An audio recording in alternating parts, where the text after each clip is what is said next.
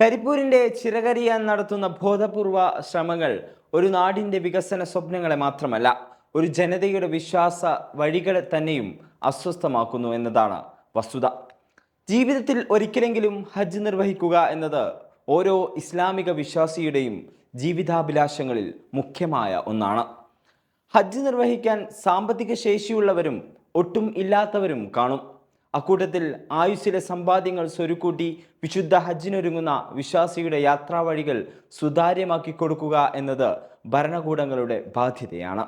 തീർത്ഥാടന കേന്ദ്രങ്ങൾ ഏതുമാകട്ടെ, അവിടേക്ക് യാത്ര തിരിക്കുന്ന ഭക്തജനത്തിന് എത്തിച്ചേരാനുള്ള ഭൗതിക സാഹചര്യങ്ങൾ സർക്കാർ തന്നെ വേണം ഒരുക്കി കൊടുക്കാൻ. മഹാകുംഭമേളയ്ക്ക് എത്തിച്ചേരാൻ വിവിധ സംസ്ഥാന സർക്കാരുകളും കേന്ദ്ര സർക്കാരും നടത്തിയ ഒരുക്കങ്ങൾ നമുക്ക് മുമ്പിലുണ്ട്. ലോകത്തെ പല തീർത്ഥാടന കേന്ദ്രങ്ങളും കൂടുതൽ വിശ്വാസികൾക്ക് പ്രാപ്യമാകുന്നതിനുള്ള സക്രിയ ഇടപെടലുകൾ ഭരണകൂടങ്ങൾ നടത്തുന്നുണ്ട്. എന്നാൽ ഇത്തവണത്തെ ഹജ്ജ് ടിക്കറ്റ് നിരക്ക് കേന്ദ്ര ഹജ്ജ് കമ്മിറ്റി പുറത്തുവിട്ടപ്പോൾ കോഴിക്കോട് വിമാനത്താവളം വഴി ഹജ്ജിന് പോകുന്നവരുടെ ഹൃദയം തകർന്നു. കേരളത്തിലെ മറ്റു പുറപ്പെടൽ കേന്ദ്രങ്ങളായ അഥവാ എംബാർക്കേഷൻ പോയിന്റുകളായ കണ്ണൂരിനെയും കൊച്ചിയെയും അപേക്ഷിച്ച് 41,000 രൂപ അധികം നൽകണം കോഴിക്കോട് തിരഞ്ഞെടുത്തവർക്ക്. മുൻ വർഷങ്ങളിലും ഇതുതന്നെയായിരുന്നു അവസ്ഥയെങ്കിലും ഇത്തവണ ടിക്കറ്റ് നിരക്കിൽ ഏകീകരണം ഉണ്ടാകുമെന്ന് പ്രതീക്ഷിച്ചെടുത്താണ് ഈ തിരിച്ചടി. വിമാന കമ്പനികളുടെ ഇഷ്ടത്തിനനുസരിച്ചാണ് ടിക്കറ്റ് നിരക്ക് എന്ന് പറഞ്ഞ് കഴിയുവാനുള്ള ശ്രമം കേന്ദ്ര സർക്കാരും കേന്ദ്രത്തെ കുറ്റം പറഞ്ഞ് ഒഴിഞ്ഞു മാറാനുള്ള ശ്രമം സംസ്ഥാന സർക്കാരുകളും തുടർന്നുകൊണ്ടിരിക്കുകയാണ്.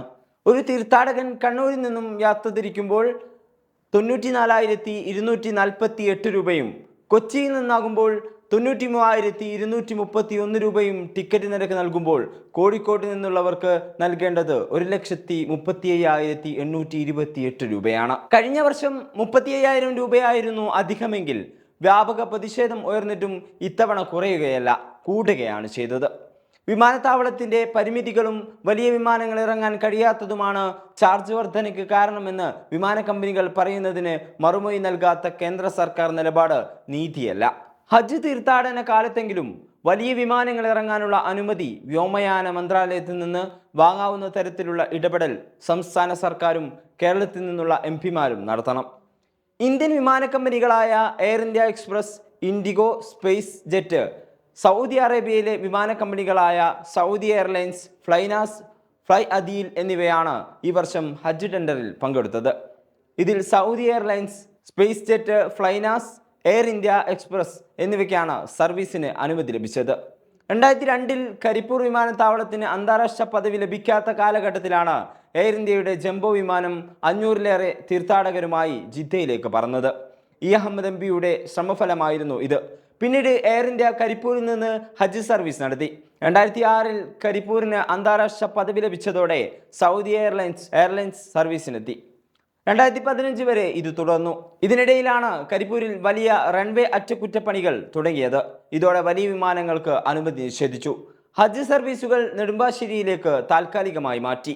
കരിപ്പൂർ റൺവേ തുറന്നതോടെ വീണ്ടും ഹജ്ജ് സർവീസ് തുടങ്ങി. എന്നാൽ 2020 വിമാനാപകടത്തെ തുടർന്ന് വലിയ വിമാനങ്ങളുടെ സർവീസ് കേന്ദ്രം വിലക്കി. ഹജ്ജ് സർവീസുകൾക്ക് വിന വന്നു. തുടർന്ന് എയർ ഇന്ത്യ എക്സ്പ്രസ് ആണ് സർവീസ് നടത്താനെത്തിയത്. താൽക്കാലിക എംബാർക്കേഷനായ കൊച്ചിയും പിന്നീട് കണ്ണൂരും സ്ഥിരം എംബാർക്കേഷനായി. ഹജ്ജ് എംബാർക്കേഷൻ നിലനിർത്തേണ്ടത് ഹജ്ജ് തീർത്ഥാടകരുടെ മാത്രം ഉത്തരവാദിത്തമായാണ് പലരും കണക്കാക്കുന്നത്. എന്നാൽ കരിപ്പൂർ ഹജ്ജ് എംബാർക്കേഷൻ ഇല്ലാതാക്കി സംസ്ഥാനത്ത് നിന്ന് ഏറ്റവും കൂടുതൽ പേർ ഹജ്ജിന് പോകുന്ന ഒരു കേന്ദ്രത്തെ ആശങ്കയുടെയും ആശയക്കുഴപ്പത്തിൻ്റെയും ഒക്കെ ഇടമാക്കാനുള്ള ഗൂഢനീക്കം നടക്കുന്നുണ്ടോ എന്ന് തോന്നിപ്പോകുന്നു കാര്യങ്ങൾ നിരീക്ഷിക്കുമ്പോൾ. യഥാർത്ഥത്തിൽ ഇതൊരു പൗരാവകാശ ലംഘനം തന്നെയാണ്. ഹജ്ജ് നിരക്കിലെ ഈ ആശങ്കയിൽ കൂടുതൽ പേർ മറ്റു വിമാനത്താവളങ്ങളെ ആശ്രയിക്കാൻ ഒരുങ്ങുമ്പോഴാണ് ഒരു വിദേശ കമ്പനി കൂടി കരിപ്പൂർ വിടുന്നുവെന്ന വാർത്ത വരുന്നത്.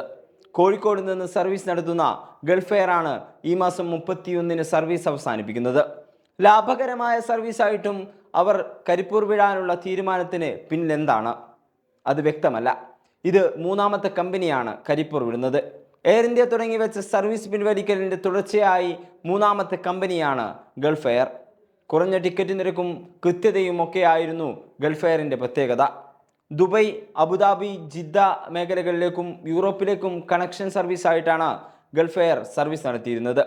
രാഷ്ട്രീയ ഭിന്നതകൾ മറന്ന് കരിപ്പൂരിനായി കൈകോർക്കേണ്ട സമയമാണിത്.